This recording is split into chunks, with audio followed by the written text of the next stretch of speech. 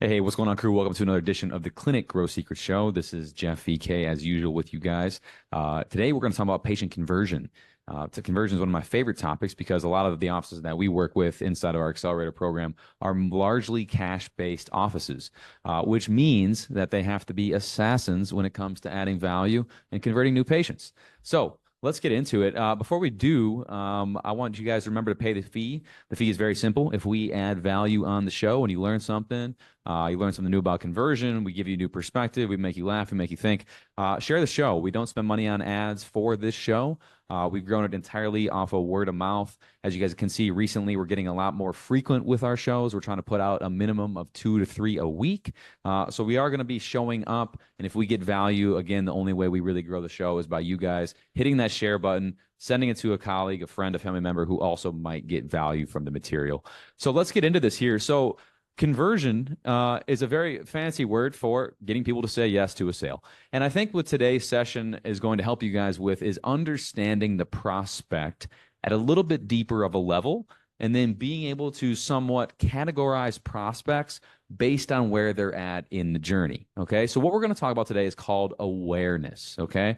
And now awareness is quite simply a term for a patient's current level of understanding for a particular service. So in the previous show, a couple episodes back, we talked about this concept, which is that the patient already has a belief or a perspective or a feeling about what chiropractic is. And it's our job to match our marketing message to their already existing belief. Okay. And awareness is very similar to that. Patient has an understanding of what chiropractic is. Some of them are brand new to it and they have very little understanding. They're just going to associate it with pain. Other people have been in the game and they've been in different chiropractors and they have a higher level of awareness on what chiropractic does. And so it's important for us to be able to essentially categorize and place people into these different levels of awareness, because that provides us a little bit of insight into how much salesmanship we have to do, how much value add we have to provide, how much coaching we have to do to be able to get that person up to speed in order to convert as a new patient. Okay. So awareness, again, you want to think about this. What does a person believe about your service? How do they view the industry as a whole? What is their current knowledge that they have? Those are all good questions to ask to really find out someone's level of awareness. Okay. So there's 3 stages of awareness. Okay. Stage 1 being they have no idea what their problem is. They're ignorant to the whole solution. Stage 2 is they have some awareness, right? They maybe tried some stuff out, maybe chiropractic, maybe not, but they're somewhat aware of what their challenge is. And then the third stage is they're very aware of what their challenges are, and they're also aware of what the solutions are out there, and they likely have tried different solutions in the past, maybe with some success and maybe with some failure, right? So let's break down each one of these 3 stages at length, and then we'll talk about how it relates to conversion, okay? So stage 1, the patient has no idea what their problem is, what's causing it, or how to fix it. They're completely ignorant to it, not necessarily by choice, but just because they're not doctors, right? And so what we find is that when most patients come into the business, especially when you're running paid ads, like if you get some referrals and people, like you might find people that are maybe have been at different docs and that kind of stuff, but if you're running traffic and you're just trying to get a lot of volume of new people to really expand the amount of people that use chiropractic, you're going to find that a lot of people are in stage 1, right? And they're ignorant because, again, they're not doctors. And because they're ignorant, here's what happens. Okay. They don't know what their problem is outside of I have this pain. They don't know what the solution is, and they don't probably even know what caused it.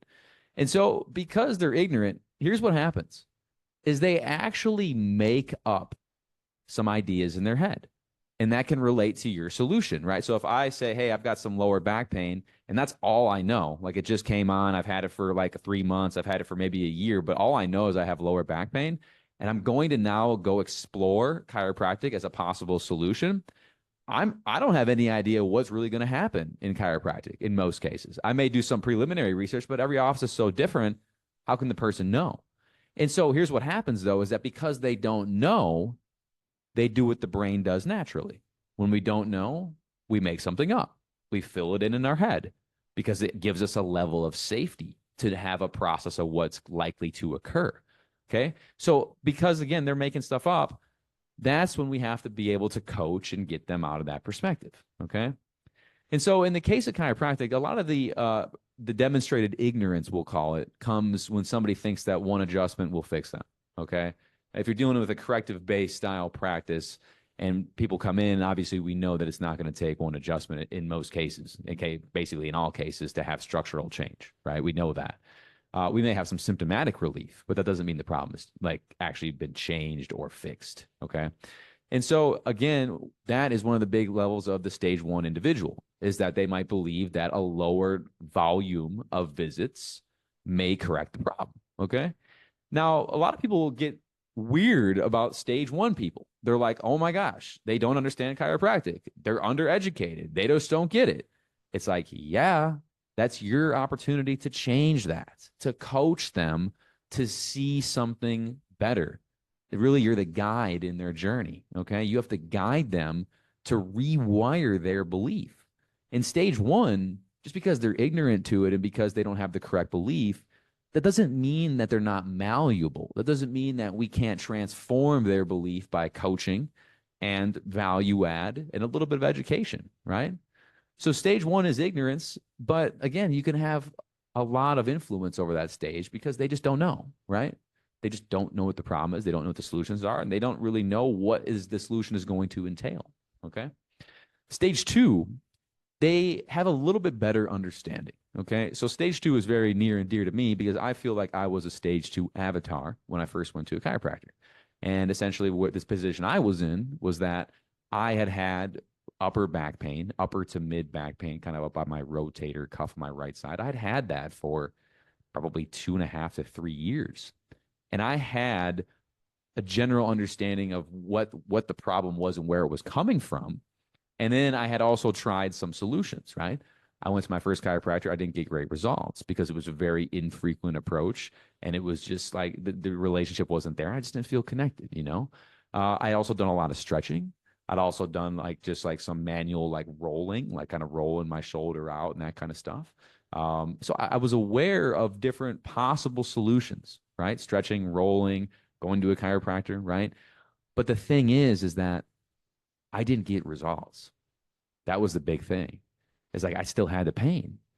So although I was like a little bit more aware because I'd had it longer and I had actively been attempting solutions, I was still in stage two because I didn't really know what the full solution entailed, right? Or at least like what was going to actually get me going in the right direction. And so with that, your stage two avatar is somebody who essentially has tried things and has more awareness over that problem and what may be causing it, but they're still not there. They're looking to find something that's better or new.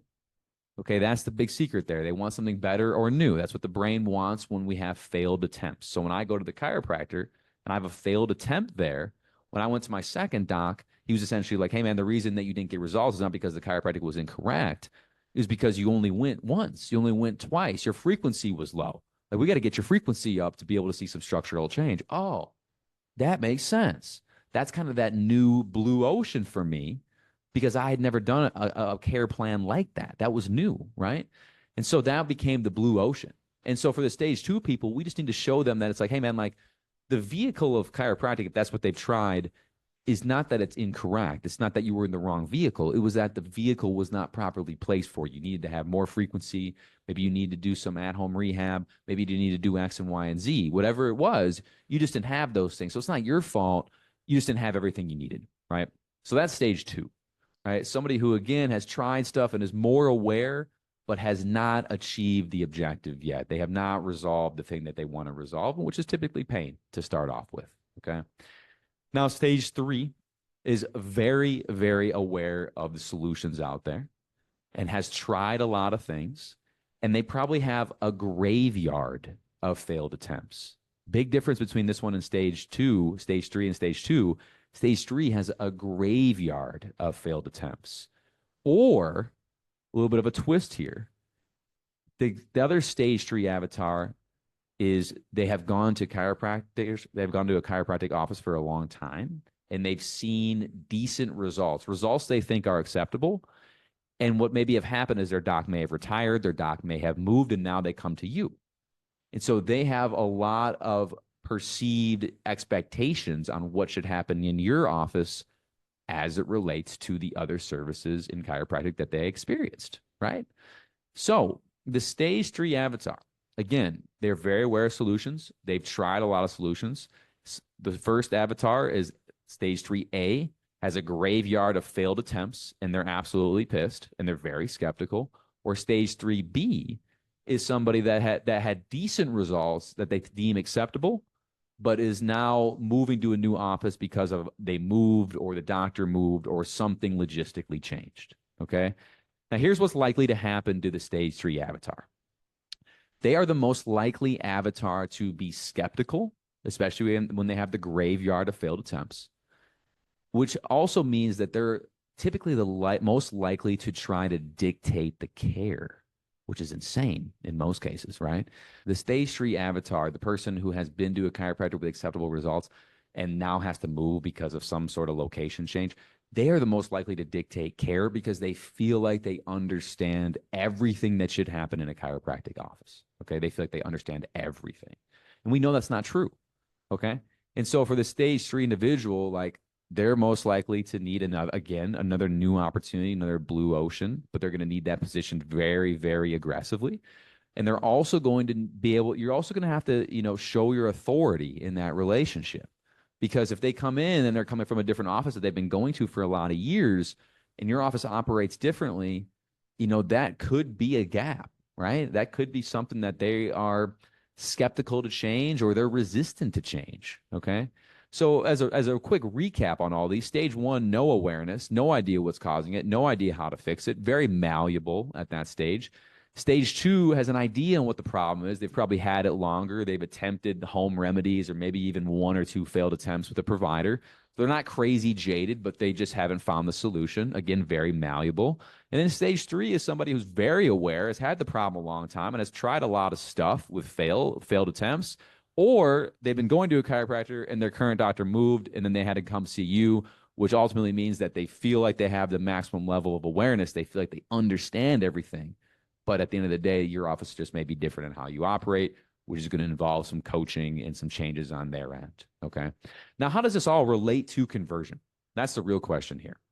So the first thing is that some providers view the undereducated patient as a barrier to signing people up, believing that if somebody is not educated on the subject matter, they will not buy.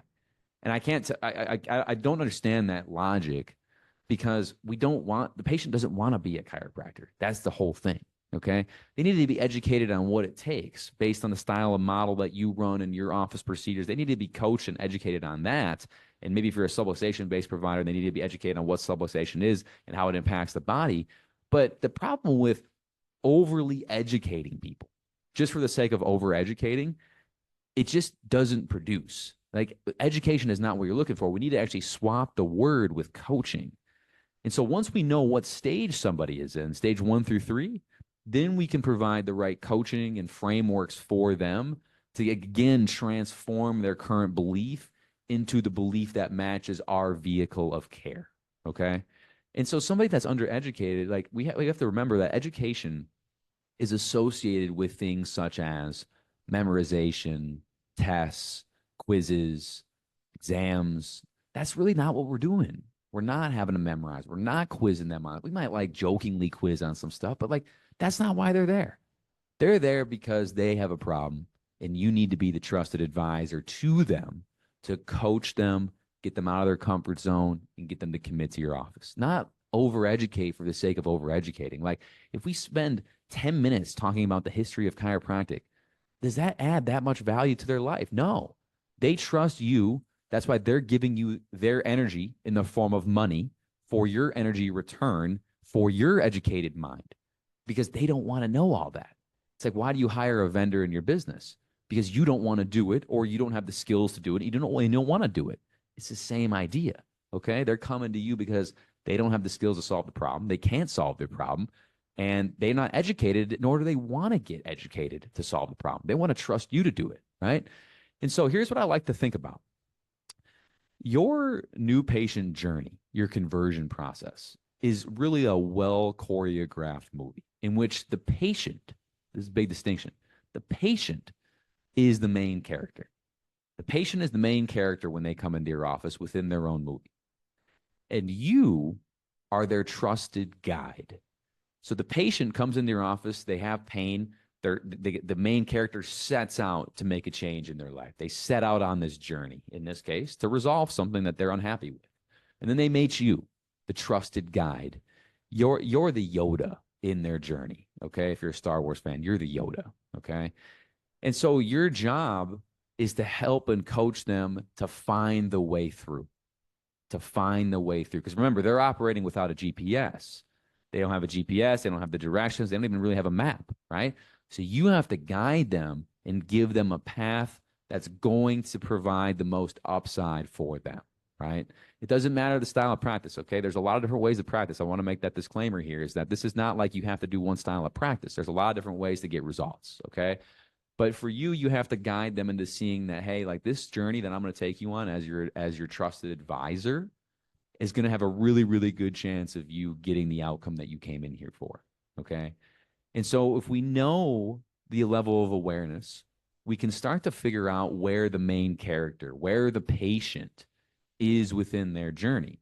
And then we can hyper design the journey by focusing on things a little bit more for stage 1, maybe a little bit less for stage 2, maybe some different approach for stage 3 in terms of people that have that graveyard of failed attempts behind them.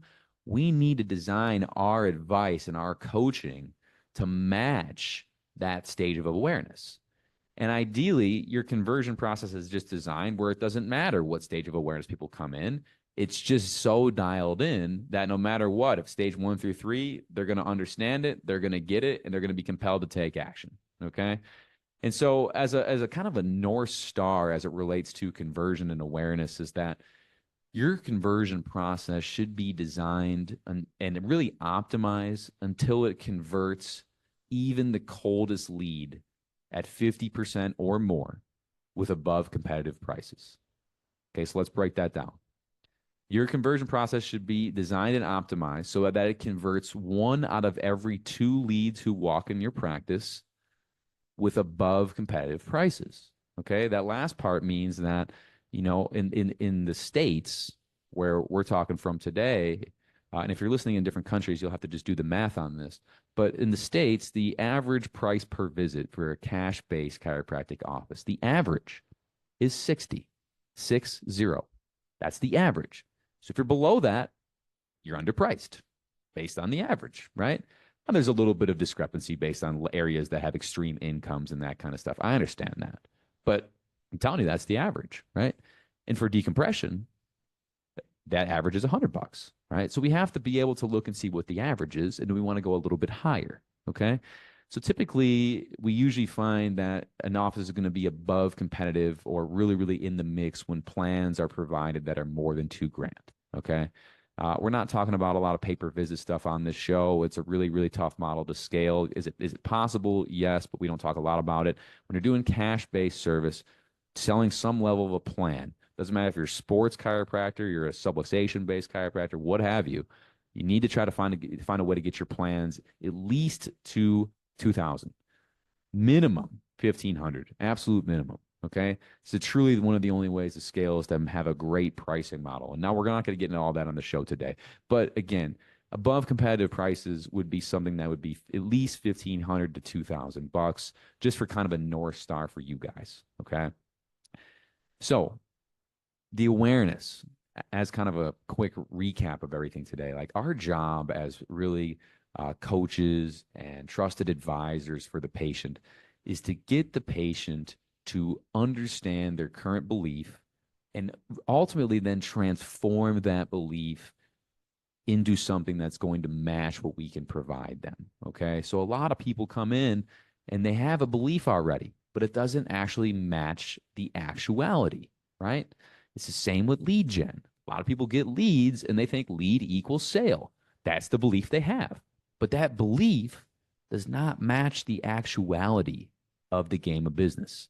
Just as the belief of getting one adjustment to solve every single problem in their life and every pain they've ever had does not match the actuality.